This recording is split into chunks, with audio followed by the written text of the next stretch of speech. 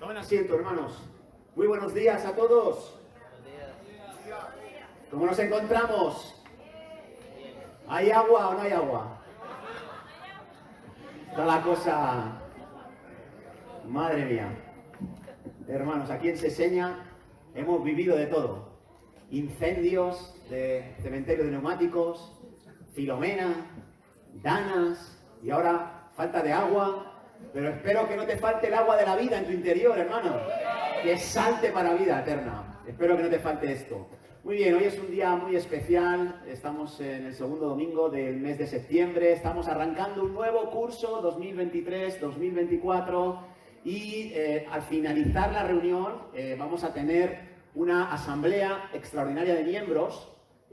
Así que todos los que sois miembros de la iglesia o todos los que estáis ya apuntados al discipulado de membresía o queréis formar parte activa de nuestra congregación, os ruego que a la 1 podamos tener un momento para compartir algunas cuestiones que tienen que ver con informar de la situación económica de la iglesia. La verdad que damos gracias a Dios. Luego James nos dará un reporte de cómo ha ido el año hasta aquí. Y luego también hablaremos de algunos proyectos de futuro que tienen que ver con esta iglesia que quiero compartir con vosotros para que los conozcáis previamente. Así que vamos a tardar 15-20 minutos, pero estamos queriendo ajustar el culto de hoy para que podamos estar todos y os animo a que podáis escuchar. Y como digo, estamos arrancando el nuevo curso y como ya anuncié la semana pasada, los cambios van a surgir en una nueva temporada. ¿Por qué? Porque los cambios son parte de la vida. ¿Estás de acuerdo con eso? No hace falta ser profeta para asegurar que en tu vida van a haber algunos cambios durante este próximo curso. Y que en tu vida necesitas experimentar algunos cambios también. En este nuevo curso 2023-2024 necesitas experimentar cambios en tu vida personal. Hay hábitos que tienen que desaparecer de tu vida. Y hay otros hábitos que se tienen que establecer en este nuevo año. Y quiero animarte a que trabajes hacia ese cambio personal, que dejes ciertas cuestiones que hay en tu vida. Hay cambios que necesita tu hogar, hermano, hermana. Tu matrimonio, tu familia necesita cambios necesarios en este 2023-2024. Y ya te adelanto que dentro de 2 semanas comenzaremos una nueva serie que estaremos transmitiendo desde aquí y que vamos a hablar acerca de los 10 mandamientos de Éxodo 20, pero los vamos a hablar como principios que puedes aplicar en tu casa, en tu hogar, para que tu hogar sea un hogar saludable. Y va a ser algo muy práctico, muy inspirador, y vas a ver que hay cambios que necesitan hacerse en tu hogar y Dios te va a ayudar a que se hagan posibles. Y hay cambios que también se necesitan realizar en la iglesia. Necesitamos cambiar algunas cosas, necesitamos seguir creciendo, evolucionando, siendo más perfeccionados, y vamos a anunciar algunos de esos cambios. Y uno de ellos que te quiero anticipar es que como iglesia nos vamos a estructurar también en grupos pequeños, en grupos de hogar. Creemos que es necesario para seguir avanzando en nuestro crecimiento personal. ¿Tú crees eso? Necesitamos participar en estos grupos. Ya hay un buen grupo de hermanos que se han inscrito. Tenéis una semana más, los que no lo habéis hecho. Hay unos enlaces colocados en las redes sociales, en los grupos de WhatsApp. Por favor, inscríbete, no te quedes fuera de este movimiento, de esta iniciativa que como iglesia creemos necesaria para seguir avanzando hacia la madurez. Así que inscríbete si no lo has hecho. Si quieres ofrecer tu hogar, también tienes ahí un apartado donde puedes anotarlo y notificarlo, ¿vale? Así que no te pierdas nada de lo que Dios quiere hacer en tu vida. No te resistas al cambio, como vimos la semana pasada. No sé cuántos han escuchado alguna vez el concepto de enfermedad autoinmune. ¿Habéis oído hablar acerca de lo que es una enfermedad autoinmune? Bueno, es lo siguiente. Hay un sistema en nuestro cuerpo físico, el sistema inmunitario, que está diseñado para protegernos de cualquier bacteria, de cualquier infección, de cualquier agente que pueda desestabilizar nuestro organismo. Pero ¿qué pasa? Que a veces ese sistema inmunitario se aloca, se vuelve, se desenfoca. ¿Y qué hace el sistema inmunitario? En vez de atacar a lo que es perjudicial para el cuerpo, ataca a lo que es beneficioso, a células beneficiosas, y provoca unos desajustes de enfermedad muy grandes. Bueno, pues hay un concepto que se llama la inmunidad al cambio y tiene que ver con que hay cambios que nosotros necesitamos realizar, pero ¿qué pasa? que empezamos a atacar todas aquellas iniciativas, todas aquellas actitudes que necesitamos para el cambio y nos estamos boicoteando, nos estamos perjudicando de esa manera. Así que quiera Dios que no nos autoboicoteemos, que no ataquemos aquellas actitudes o que no ataquemos aquellas circunstancias que necesitamos abrazar para el cambio, porque depende nuestra estabilidad de ello. No resistas el cambio, ni por miedo, ni por comodidad, ni porque te resulte difícil creer en que el cambio es posible. Abraza el cambio, dice el Señor, y eso es lo que quiero compartir con vosotros hoy. Quiero hablar de algunas cosas que podemos llevar a cabo para que ese cambio sea posible. Y no hablo de un cambio superficial, hablo de cambios profundos, cambios permanentes, cambios perdurables, que es lo que necesitamos nosotros. Y quiero ir a una historia para analizar a un personaje muy famoso. Me gustaría que me acompañarais a Segunda de Reyes, capítulo 5. Vamos a leer allí poco a poco, como lo hicimos la semana pasada, acerca de este nuevo personaje que nos va a enseñar algunas claves acerca de los cambios profundos y permanentes que necesitamos en nuestra vida. Segunda de Reyes, capítulo 5. Si tenéis vuestra Biblia, abrirlo. Si no, lo vamos a ir viendo en la pantalla. Pero dejadme que ore antes de arrancar. ¿Os parece? Señor, muchísimas gracias por esta mañana, por tu presencia que está con nosotros, por hablarnos, por enviar tu maná del cielo. Te quiero pedir que sepamos compartirlo, administrarlo, que podamos, Señor, ser capaces de tomarlo, de saborearlo, de procesarlo, de interiorizarlo para que nos nutra y nos eleve, Señor. Ayúdanos a no resistir a aquellos cambios que tienes para nosotros como individuos, como familia, como iglesia, Señor. Ayúdanos a levantarnos y a edificar tu reino en este tiempo, Señor. Oro por tu palabra. Toca mi vida, toca mis labios. En el nombre de Jesús. Amén. Amén. Pues vamos a ir a la palabra Segunda Reyes 5. Vamos a ver a un personaje muy conocido, a Naamán. Y fijaros, vamos a ir leyendo poco a poco y desglosando lo que nos dice la Escritura. Dice que Naamán era general del ejército del rey de Siria. Y era varón grande delante de su señor y lo tenía en alta estima porque por medio de él había dado Jehová salvación a Siria. Y este era hombre valeroso en extremo, pero leproso. Dejadme decir algunas cosas de estas características que son mencionadas acerca de Naamán. Naamán era un general del ejército, un alto cargo del ejército de Siria, y nos dice que era la mano derecha del rey. Por lo tanto, un hombre con una posición de autoridad indiscutible, con un prestigio, con riqueza, lo tenía todo a nivel humano. Dice también este pasaje algo interesante, que fue usado por Dios para dar una victoria a su ejército. Es sorprendente porque Naamán, en el momento en el que obtuvo esa victoria, no era creyente. No creía en el Dios de Israel, adoraba a sus propios dioses en Siria. Sin embargo, dice la Biblia, no lo digo yo, que Dios le usó para obtener algunas victorias. Y esto a mí ya me abre una ventana interesante y me enseña que Dios usa a todo tipo de personas.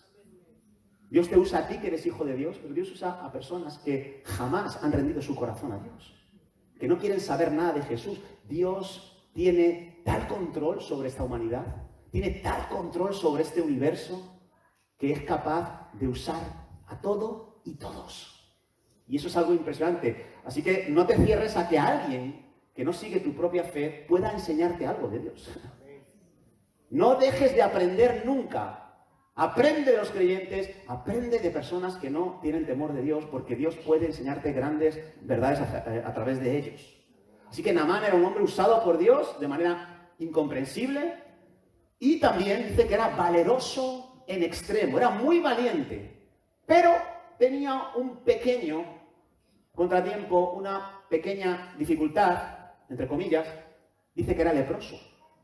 Así que bajo su condecorado uniforme, este hombre, ¿saben lo que escondía? Un cuerpo deforme. Un cuerpo donde su piel progresivamente se iba desfigurando, se iba cayendo tira a tira. En apariencia era grandísimo, pero por dentro estaba roto, estaba dañado. Y déjame decirte que la lepra, y lo sabes bien, en aquella época era una enfermedad no solo infecciosa, sino letal. Causaba la muerte. No había cura posible para la lepra en aquella época. No se había inventado ningún medicamento que pudiera combatirla. En Israel, incluso la lepra no solamente era una enfermedad mortal, sino que era una enfermedad que te estigmatizaba negativamente. Las personas en el pueblo de Dios en Israel que veían a alguien con lepra, ellos automáticamente pensaban, este ha sido maldecido por Dios. Algo habrá hecho esta persona para tener lepra. Así que Dios le ha castigado. Así que si ya era difícil que la lepra ya te estaba anunciando que ibas a morir, mucho más difícil es lo que te ocasionaba a nivel social. Te aislaban. No te permitían estar con tu familia, no te permitían caminar por la ciudad. Te metían confinado a un lugar que era una especie de campo de concentración donde no había ninguna condición higiénica óptima. Así que era una estigmatización en Israel que conllevaba una exclusión social. En Siria no tenían esa mentalidad, pero en Siria, al igual que en Israel, la lepra causaba muerte y por eso Naamán necesitaba un cambio en su vida, ¿sí o no? Necesitaba que algo cambiara, porque si no su destino era la muerte. Y fíjate lo que dice el versículo 2. Y de Siria habían salido bandas armadas y habían llevado cautiva de la tierra de Israel a una muchacha, la cual servía a la mujer de Naamán. Y ésta dijo a su señora, si rogase mi señor al profeta que está en Samaria, él lo sanaría de su lepra. Entrando Naamán a su señor le relató diciendo, así ha dicho una muchacha que es de la tierra de Israel. Fíjate, Naamán necesitaba un cambio. Llega a su casa y se encuentra con que su mujer le dice, oye, la muchacha de Israel que nosotros tenemos trabajando en casa, ella me ha dicho que visitemos a un profeta que hay en su nación, concretamente en Samaria, que se llama Eliseo, y que él puede cambiar nuestra situación. Él puede sanarte. ¡Wow! Una joven, una muchacha insignificante. Dios usa a los no creyentes, Dios usa a los muchachos, a las personas más insignificantes, a la gente de los estratos sociales más bajos. Esta era una esclava. Probablemente en una de las batallas de Siria contra Israel se la habían llevado cautiva para su nación. Y esta muchacha fue usada por Dios para provocar un cambio permanente en la vida de Naamán y le dio testimonio de su Dios.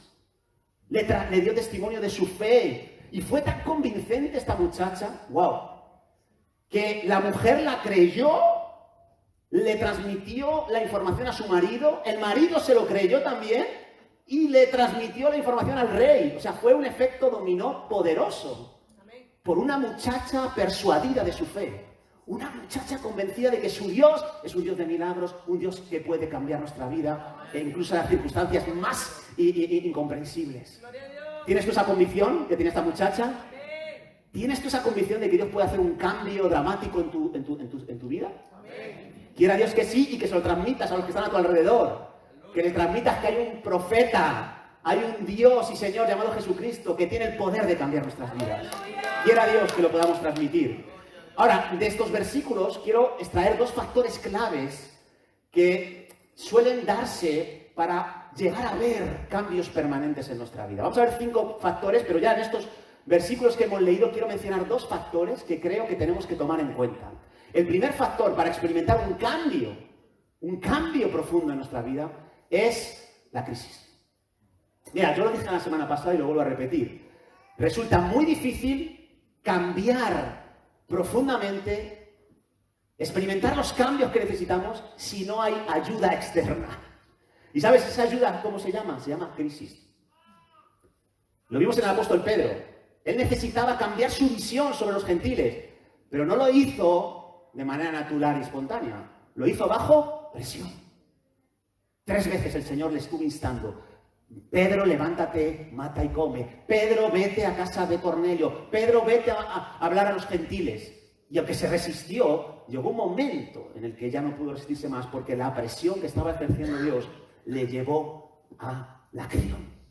Y eso nos ha pasado a muchos y nos seguirá pasando. Y es que hay cambios que tenemos que hacer, que nos resistimos a hacerlos, pero Dios va a venir y va a traer una crisis en tu vida. Pérdida de trabajo, problemas económicos, problemas de salud, problemas matrimoniales, no sé, problemas con los hijos, problemas en el hogar, no lo sé, pero vas a ver cómo esas crisis van a ser enviadas, esas experiencias dolorosas, para que podamos experimentar el cambio que estamos necesitando. ¿Sabes por qué? Porque no cambiamos los seres humanos sin incomodidad. Necesitamos la incomodidad. Necesitamos la presión. Y Dios la envía. Me encanta una frase de C.S. Lewis, no sé cuántos le conocen, el autor de las Crónicas de Narnia. En uno de sus libros, El problema del dolor, él pasó por una crisis profundísima con el fallecimiento de su mujer. Y estuvo cuestionándose su fe en muchos momentos. Y él llegó a escribir esta frase que seguro que la habéis escuchado en muchos momentos. Dice, me he dado cuenta que Dios nos susurra, es decir, su voz es como un susurro en medio de la comodidad y de los placeres. Pero cuando nos hace pasar por el dolor se convierte en una herramienta en la que nos permite escuchar a Dios como gritándonos. C.S. Lewis decía que el dolor es como un altavoz que nos permite captar la voz de Dios para nuestras vidas. Y Dios usa el dolor, el sufrimiento, para despertar los oídos de un mundo sordo, decía él. Somos un mundo sordo, hermanos. Estamos muchas veces incapacitados de conectar con la voz de Dios y Dios está continuamente hablándonos. Y si estamos rodeados de placeres, de bienestar, nos cuesta mucho más conectar con esa voz. Pero si hay una crisis, amigo, las crisis se convierten en un aliado para nosotros. Las crisis son como ese buen amigo que te dice las cosas que necesitas escuchar. ¿Sabes? Un buen amigo no te dice lo que tú quieres escuchar. Te dice lo que necesitas escuchar. Y las crisis son un buen amigo. Te ponen en tu sitio. Te dicen, mira, esto es trigo, pero esto es paja en tu vida. Esto está muy bien, pero esto tiene que cambiar. Te va a matar esto. Y gracias a Dios por las crisis, porque nos van a ayudar. Recuerdo una crisis que tuve profunda, recién convertido. Venía arrastrando muchas cosas de mi vieja vida, de mi vida pasada, y estaba sufriendo un montón. Y yo iba a la iglesia, iba a los cultos, pero iba y salía corriendo en cuanto acababa el culto. En cuanto decía amén, la última oración, yo salía corriendo, no me quería encontrar con nadie, me resultaba incómodo intimar con otras personas. Y a pesar de que había tenido muchas experiencias con Dios ya en esas alturas, veía que había un tapón, un techo que necesitaba romper en mi vida para seguir creciendo. Y Dios me instaba una y otra vez a romper ese techo, intimando con las personas que formaban parte de la iglesia, teniendo relaciones profundas, significativas en la iglesia. Y yo me resistía a asumir las directrices que Dios me estaba dando en ese entonces. Pero el sufrimiento, el dolor, la angustia crecían y crecían y crecían, y me vi obligado a ir a un grupo de hogar por las circunstancias. Fui a un grupo de hogar en Fuenlabrada, ni siquiera me pillaba cerca, pero era la única opción que se me había presentado. Y me di cuenta de que ese marco reducido donde varias personas se reunían fue un oasis para mi vida. Fue algo tan beneficioso. Yo nunca hubiera ido a un grupo de hogar si no hubiera sido por una crisis. Nunca hubiera hecho cambios concretos si no hubiera sido por esa crisis. Ahora, ese es un factor clave, la crisis. Pero hay un segundo factor, que es la humildad. ¿Qué es la humildad? La humildad para mí tiene que ver con tener un concepto apropiado de uno mismo. Ser capaz de ver las cosas tal cual son, ponerle el nombre correcto a tu situación, a tu problema, a tu circunstancia. Y eso no es tan fácil, porque es muy doloroso a veces ser humilde. No, pero la humildad es un valor y el Señor exalta al humilde. Sí, eso es verdad, pero caminar en humildad, eso no es tan fácil. Implica una muerte al yo grande. Reconocer quiénes somos realmente, reconocer dónde estamos, reconocer lo que necesitamos, no es tan fácil. Pero veo que Naamán tuvo que pasar por una crisis para experimentar el cambio, la lepra, porque ya os adelanto que Naamán terminó aceptando al Dios de Israel y se convirtió en un ferviente seguidor suyo. Pero nunca hubieras llegado ahí sin esa crisis de lepra y nunca hubiera llegado ahí si no hubiera tenido la humildad de decir, tengo un problema. tengo una enfermedad mortal debajo de este traje. Debajo de todo lo que tú ves, hay un hombre que se está muriendo, que está muerto en sus delitos y pecados. Está muerto. Y la humildad abre puerta a los recursos divinos. Y Naamán reconoció que tenía un problema. Lo compartió con su mujer. Su mujer lo compartió con la esclava, con la mujer de la limpieza de su casa. Y gracias a esa humildad, ¿sabes qué pasó? Que obtuvo una respuesta de Dios para su vida. Amén. Y Dios le dio una clave para el cambio que necesitaba. Ve a Samaria, hay un profeta allí. Ahora, esa humildad también requiere no solo reconocer nuestras necesidades, reconocer nuestros problemas, hacernos vulnerables, sino que también requiere aceptar la ayuda de otros. Estamos ante un general del ejército sirio, a la mano derecha del rey, y llega una muchacha de la limpieza y le dice lo que tiene que hacer. Alguien con orgullo diría, ¿tú qué me vas a enseñar a mí? ¿Tú quién eres para darme a mí razones de lo que necesito? Cuando vayas a la escuela me avisas, chavala. ¿Tú quién eres? Muchas veces actuamos con soberbia de esa manera, menospreciando a personas que nos pueden ayudar. Y la humildad requiere reconocer que necesito de otros. Que yo pueda aportar a otros, pero que otros me aportan a mí y yo tengo que estar abierto a ellos. Así que crisis, humildad son necesarias para el cambio que estamos buscando. Sigamos avanzando. Versículo 9. Vino Naamán con sus caballos y con su carro y se paró a las puertas de la casa de Eliseo. Entonces Eliseo le envió un mensajero diciendo, ve y lávate 7 veces en el Jordán y tu carne se te restaurará y serás limpio. Wow.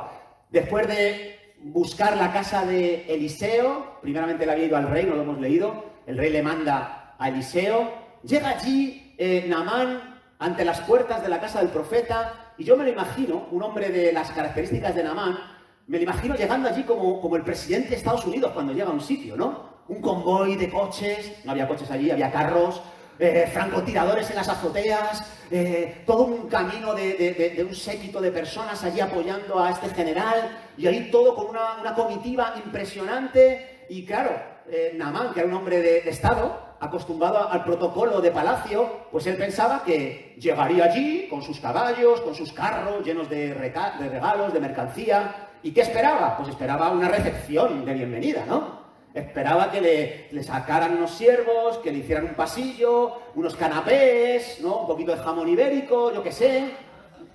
Pues lo que se suele hacer en estos casos, que, en fin, que le llevaran hacia sus dependencias, que le invitaran a comer, yo qué sé. Y se encuentra con un profeta que ni siquiera sale de su casa a recibirlo. No sale ni de su casa, de su cuarto. Envía a un mensajero, envía a un siervo del profeta y le da una directriz. Oye, coge todo esto y llévatelo 52 kilómetros. Vete a un lugar donde hay un río llamado Jordán, y cuando llegues allí te vas a sumergir 7 veces. Te metes 1, te sales. Te metes 2, te sales. Así hasta 7 veces. Y entonces vas a experimentar el cambio que estás buscando. Sin más. Y Naamán, después de todos los rodeos que había dado para encontrar el cambio que estaba buscando, se encuentra con la clave. Le han dado la directriz que necesita. ¡Wow! Pero, ¿qué pasa? Fijaros. Versículo 11. Y Naamán se fue. ¿Enojado? ¿Te están diciendo cómo te puedes sanar de la lepra? ¿Cómo puedes dejar de estar preocupado sobre cuándo vas a morir? Y se va enojado diciendo, aquí yo decía. Cuidado con los diálogos internos que tenemos, que muchas veces no vienen de Dios, ¿no? Dice, yo decía, saldrá él, el profeta, luego, y estando en pie, se calibrará, invocará el nombre de su Dios, alzará su mano, tocará el lugar de la lepra y ésta sanará. Pues claro, eso es lo que tenía que suceder, ¿no? Y encima me manda a un mugroso río asqueroso. Habana y Farfar, los ríos de Damasco, son mejores 1000 veces que todas las aguas de Israel. Si por lo menos me hubieran mandado a lavarme allí, pues también sería limpio, incluso más. Y se va cabreado, dice, y se volvió y se fue enojado. Por segunda vez lo dice. O sea, se pilló un rebote este hombre. Tocó su orgullo la reacción del profeta. Se fue enojado. ¿Por qué? ¿Por qué se fue enojado? Porque no se dieron las cosas tal y como él las había pensado que tenían que suceder. Porque tenía su propia idea, su propio deseo de lo que tenía que suceder y de cómo se tenían que hacer las cosas. Pero Dios le cambia los planes, le rompe los esquemas. ¿Quieres cambio? Prepárate para romper tus esquemas. Prepárate para que Dios te rompa tus esquemas mentales, tu forma de concebir tu vida, tu forma de concebir este mundo. Prepárate, porque Dios te va a romper los planes que tienes. Dios va a romper con todo aquello que tú tienes ahí bien afirmado. Elías no salió, no le dio una recepción, suena un poco desagradable, irrespetuoso, pero Dios estaba tratando con el orgullo de Naamán, porque la humildad es fundamental para el cambio, ¿recuerdas? Y Dios lo hizo, le va a sanar, pero no a la manera de Naamán, a la manera de Dios. Y mira, hermanos, esto es clave, es un factor imprescindible para el cambio que estamos buscando. Necesitamos vivir por fe.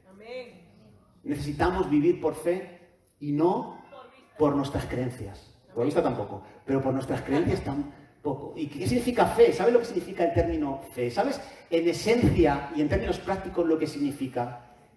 La fe tiene que ver con abandonarte en las manos de Dios. Confiar plenamente en lo que Dios dice. Tener la certeza, la convicción, la seguridad de que si Dios ha dicho esto, se cumplirá, aunque a mí me suene ridículo, me suene disparatado, me suene increíble. Si quieres cambio permanente, vas a necesitar desarrollar tu fe. Vas a necesitar dar pasos que vayan en contra de lo que tú has aprendido, de lo que te han enseñado, de lo que tú sientes, de lo que has leído en algún sitio. Vas a tener que ir en contra incluso de muchas experiencias que tú has tenido en tu pasado. Aleluya. Y eso es difícil, pero esa es la vida cristiana, hermanos. ¿Recuerdas en Gálatas capítulo 2, 20 lo que dice el apóstol Pablo? Con Cristo estoy juntamente crucificado. ¿Qué significa eso, Pablo? Muy fácil. Ya no vivo yo.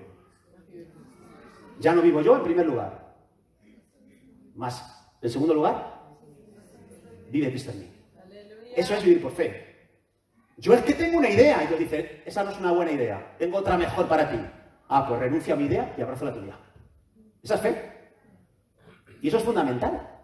No, pero es que, Señor, yo he escuchado mucho... Perdona que vuelva al tema de los grupos de hogar, que como es un cambio que queremos hacer. Pero imagínate que... No, yo he escuchado que los grupos de hogar han dividido muchas iglesias. Los grupos de hogar, bueno, madre mía, muchos problemas, mucha cercanía, la gente se mete en tu vida, la gente empieza a hablar mal de otros. Un grupo de hogar, mejor, dejémoslo, cuidado, peligro. Y Dios dice, oye, ¿has mirado en la palabra, has mirado en la Biblia que Jesús desarrolló su ministerio en las casas? ¡Aleluya! Oye, ¿te crees que es casualidad que la iglesia primitiva desarrollara el gran mandamiento y la gran comisión en las casas? ¿Te crees que es casualidad que el apóstol Pablo desarrollara su ministerio poderoso solo en las casas? ¿Te crees que es casualidad que hasta el siglo IV las iglesias jamás tuvieron un templo? ¿Crees que es casualidad que en la época de la iglesia imperial, cuando se oficializa el cristianismo y empiezan los cristianos a ocupar los templos paganos y a hacer iglesia, es cuando empieza a disminuir la fe de los creyentes? ¿Te crees que es casualidad? La Biblia y la experiencia que nos deja la historia de la iglesia nos dicen que los grupos de hogar no es una idea de hombres, no es una idea de Latinoamérica o de Norteamérica, es una idea de Dios. Amén. Ya, pero es que a mí me gusta... No, ya no vivo yo, mas Cristo vive en mí. Necesitamos esa fe, esos pasos importantes en nuestra vida. Ahora, sí, es verdad, Naamán reaccionó de esa manera, resistiéndose al cambio que necesitaba inicialmente, pero fíjate en el versículo 13, Naamán ajusta su actitud y dice, mas sus criados se le acercaron y le hablaron diciendo, Padre mío, si el profeta te mandara alguna gran cosa, ¿no lo harías? ¿Cuánto más diciéndote, lávate y serás limpio? ¿Te das cuenta lo importante que es el apoyo de otras personas en nuestra vida? Amén. Una vez más, a Naamán lo que le salva es escuchar lo que otros tienen que decirle. Una vez más, qué importante es tener compañerismo con otros creyentes, porque te pueden estimular a la fe, a las buenas obras que necesitas para experimentar los cambios que estás necesitando. Y llega él y dice, vale, os voy a tomar en cuenta, tenéis razón, tampoco es gran cosa, me da asco el río, pero venga, ¿qué tengo que perder? ¿Qué tengo que perder? Y dice que él entonces descendió, se zambulló 7 veces en el Jordán, conforme a la palabra del varón de Dios, y su carne se volvió como la carne de un niño, y quedó limpio, gloria a Dios. Bendito sea el Señor. Naamán se deja aconsejar, acepta la ayuda de Dios a su manera, en los términos de él, y experimenta un cambio de piel. Se hace una nueva criatura.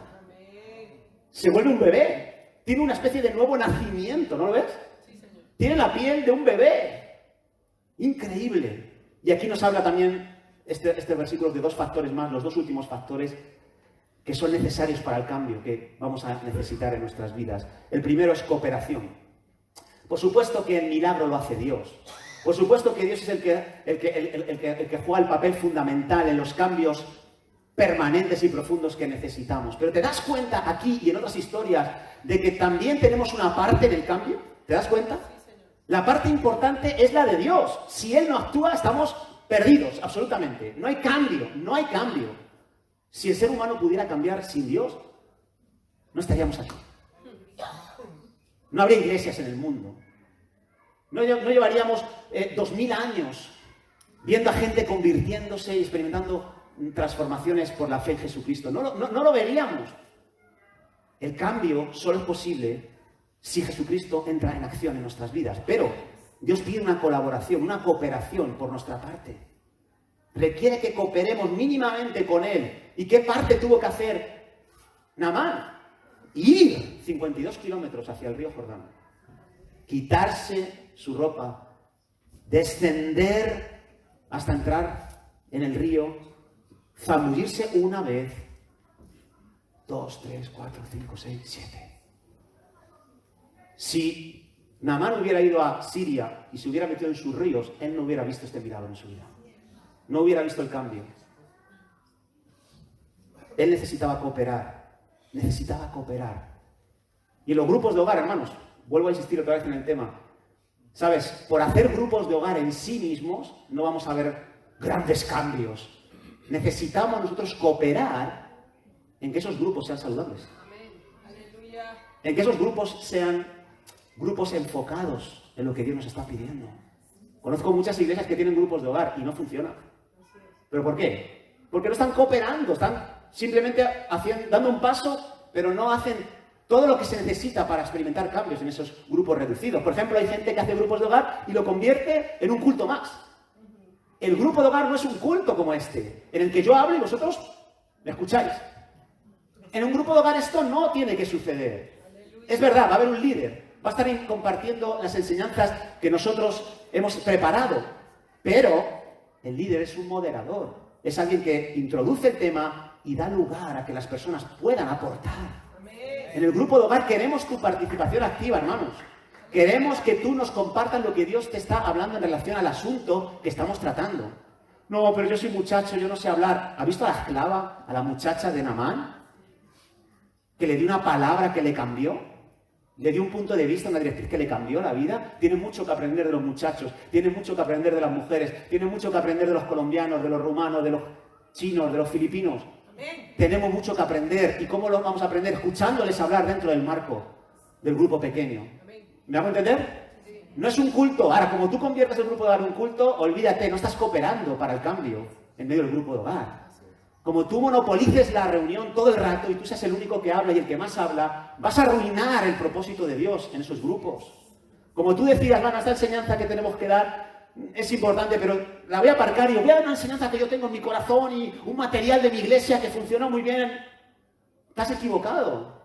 El grupo de hogar está para reafirmar lo que vamos a escuchar desde aquí, para que puedas tener una comprensión más profunda de lo que Dios quiere hablarte a ti. ¿Entiendes eso? Como tú recibas a gente allí nueva y los trates como pordioseros, como no les des una atención, una integración adecuada, el grupo de hogar va a ser una ruina, un fracaso. Porque no se trata solo de abrir grupos de hogar, se trata de cooperar con Dios para que el cambio sea posible. Amén. Tú tienes una parte, hermano, yo tengo una parte. No es la más importante es Dios. Podemos hacer nuestra parte, si nos falta a Dios no tenemos nada. Pero podemos tener a Dios ahí queriendo obrar milagros y nosotros resistir esa obra que Dios quiere hacer. ¿Recuerdas cuando Jesús llegó a Nazaret, a su ciudad? Muchos milagros quería hacer, pero no pudo. ¡Wow! ¿Pero este Jesús no es el Dios todopoderoso? Sí, pero decidió no hacer milagros. Lo decidió porque no había fe, porque no había cooperación entre aquellos que estaban a su alrededor. Así que cambios, sí. Cooperación necesitamos. Y por último, perseverancia. Si Naamán se hubiera zambullido 3 veces, no hubiera funcionado. Eran 7. Ni una más, ni una menos. Ahora tú dices, bueno, pues es que eso es fácil, pero oye, con esa piel que él tenía, con ese río tenebroso, sucio, no era fácil. No era fácil 1, 2, 3... Pero es necesario. La perseverancia es fundamental. Necesitamos ser constantes en las acciones que Dios nos está pidiendo hacer. Ya me gustaría deciros que cuando Dios te da una directriz, la primera vez que la hagas vas a ver el cambio. Pero lamentablemente no es así, hermanos. La mayoría de las veces Dios te dice, haz esto, y tú te tienes que mantener en el tiempo haciendo esto, y después de cierto tiempo es cuando empiezas a ver que está funcionando. Pero no siempre es instantáneo. La mayoría de las veces es a través del tiempo, pero tú tienes que perseverar. Y muchas veces reconozcamos que nos cuesta perseverar. Pero los cambios más humanos y naturales. Muchos de vosotros al iniciar el nuevo curso os habéis apuntado a un gimnasio, ¿sí o no?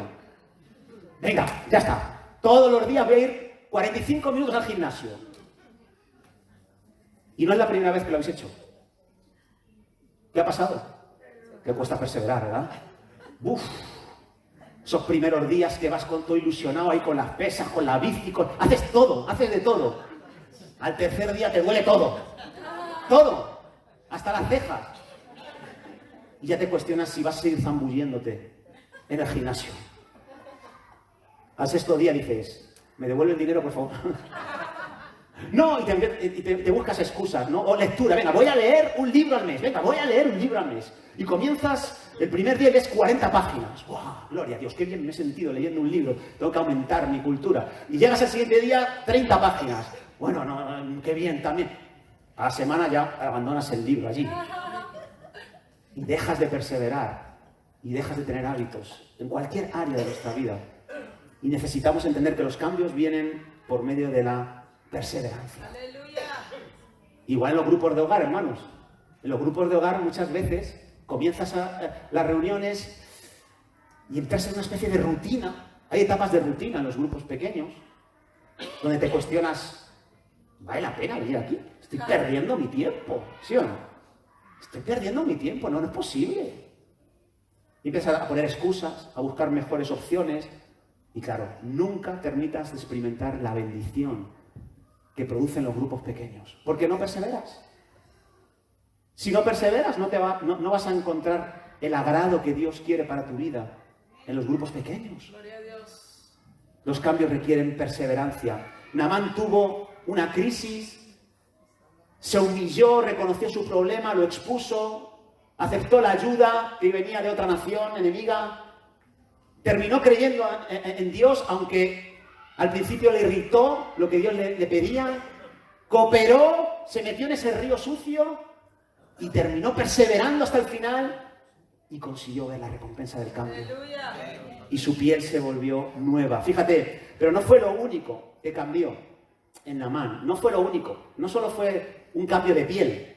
Fíjate lo que dicen estos últimos versículos. Volvió el varón de Dios, él y toda su compañía, 52 kilómetros otra vez a Samaria, a la casa del profeta, y se puso delante de él. Y ahora sí salió Eliseo a recibirle, ahora sí era el momento.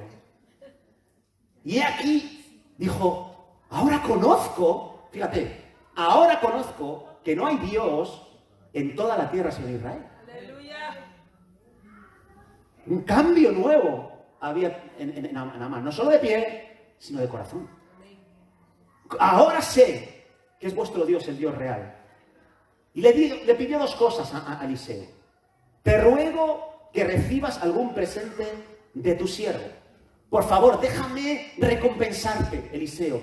Me has cambiado la vida. Y esa primera petición, Eliseo dijo, no quiero nada tuyo. Versículo 16. Vive Jehová en cuya presencia estoy, que no aceptaré nada tuyo. No quiero nada tuyo. Y él instaba a que le aceptara alguna cosa. Vamos, por favor, aunque son unas monedas, un caballo, un carro, yo qué sé. No quiero nada, porque no soy yo el que ha hecho ese milagro en tu vida. Y eso también es importante tenerlo en cuenta, hermano. Dios te va a usar de una manera gloriosa para ayudar a otros, pero mucho cuidado con robarle la gloria a Dios. Porque tú vas a ser usado por Dios a pesar de ti, no por ti. No eres nada especial. Perdona que te lo diga, con mucho cariño te lo digo. No soy nada yo especial. Somos simplemente vasijas en manos de Dios, y lo maravilloso es lo que hay dentro de la vasija, que es Él. No somos nosotros los que quitamos la sed, somos los recipientes donde va depositada el agua que quita la sed. Mucho cuidado con creernos algo que no somos. Eliseo lo tenía clarísimo. Ahora, le hace una segunda petición. Versículo 17. Entonces Naamán dijo, bueno, si no quieres recibir nada, te ruego que me des algo tú a mí. Quiero que de esta tierra se me dé una carga en un par de mulas de tierra. O sea, quiero que me des arena de este lugar en un par de mulas. Qué petición más extraña, ¿no? ¿No te parece? Porque de aquí en adelante tu siervo no sacrificará holocausto, ni ofrecerá sacrificio a otros dioses, sino a Jehová. ¡Wow! ¿Qué tiene que ver la arena de Israel? ¿Por qué la quería él? Bueno, él quería llevársela a Siria y construir un memorial para testificar que en Israel había un Dios que hacía milagros. Que él estuvo a punto de morir, pero el amor de ese Dios de Israel le dio la vida. ¡Aleluya! Que estaba muerto en sus delitos y pecados, pero por su gracia y su amor, él recibió la vida. Y ahora quería publicarlo allá donde fuera. Y creó un monumento, un memorial para proclamar eso. ¿Y qué creéis que le dijo Eliseo? ¿Sí o no? Pues claro que sí, porque eso sí que te lo voy a dar. Eso sí que te lo voy a dar porque eso es necesario. Es necesario que el Evangelio sea predicado. Es necesario que hables de las maravillas que has experimentado de parte de Dios.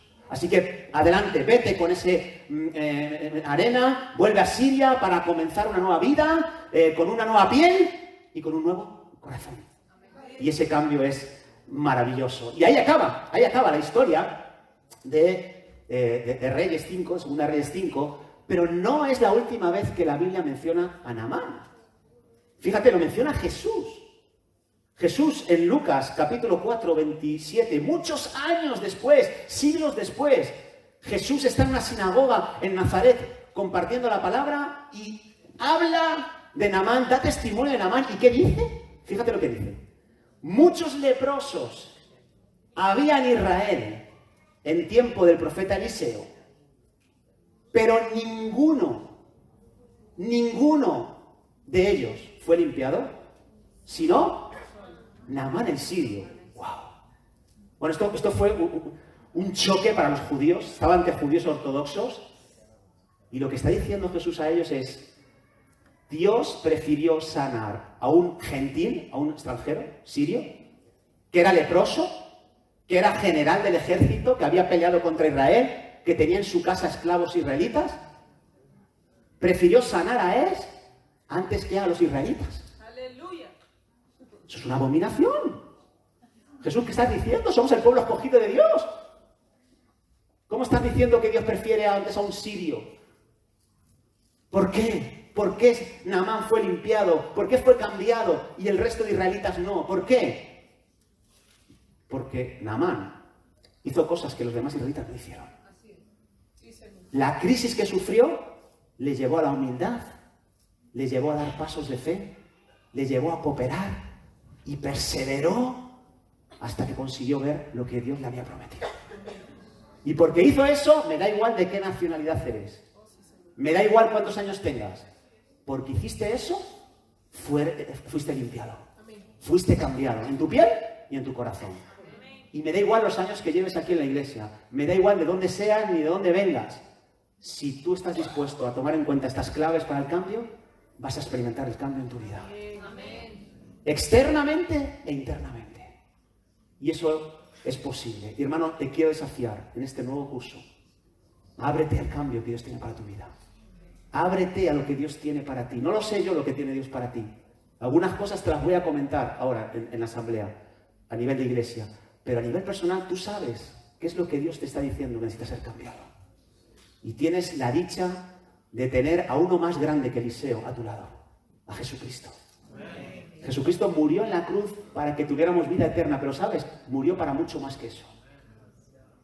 Murió para que tú experimentes cambios profundos, cambios perdurables, cambios necesarios. Y Él quiere cambiarte. ¿Estás dispuesto a abrirte al cambio? ¿Estás dispuesto a abrazar las actitudes que requiere tu cambio? ¿O vas a autoboicotearte, vas a ser como esas enfermedades autoinmunes? ¿Vas a luchar contra aquellas cosas que necesitas abrazar? ¿Vas a ser como el apóstol Pablo, ya no vivo yo, mas Cristo vive en mí? ¿O vas a decir, vivo yo y Cristo de vez en cuando le dejaré pasar, pero yo soy el que va a tomar las riendas de mi vida? ¿Qué vas a hacer? ¿Cómo lo vas a enfrentar este 2023-2024? ¿Por qué no nos ponemos en pie? Efraín, podemos terminar con una oración que enseguida vamos a dar por finalizada.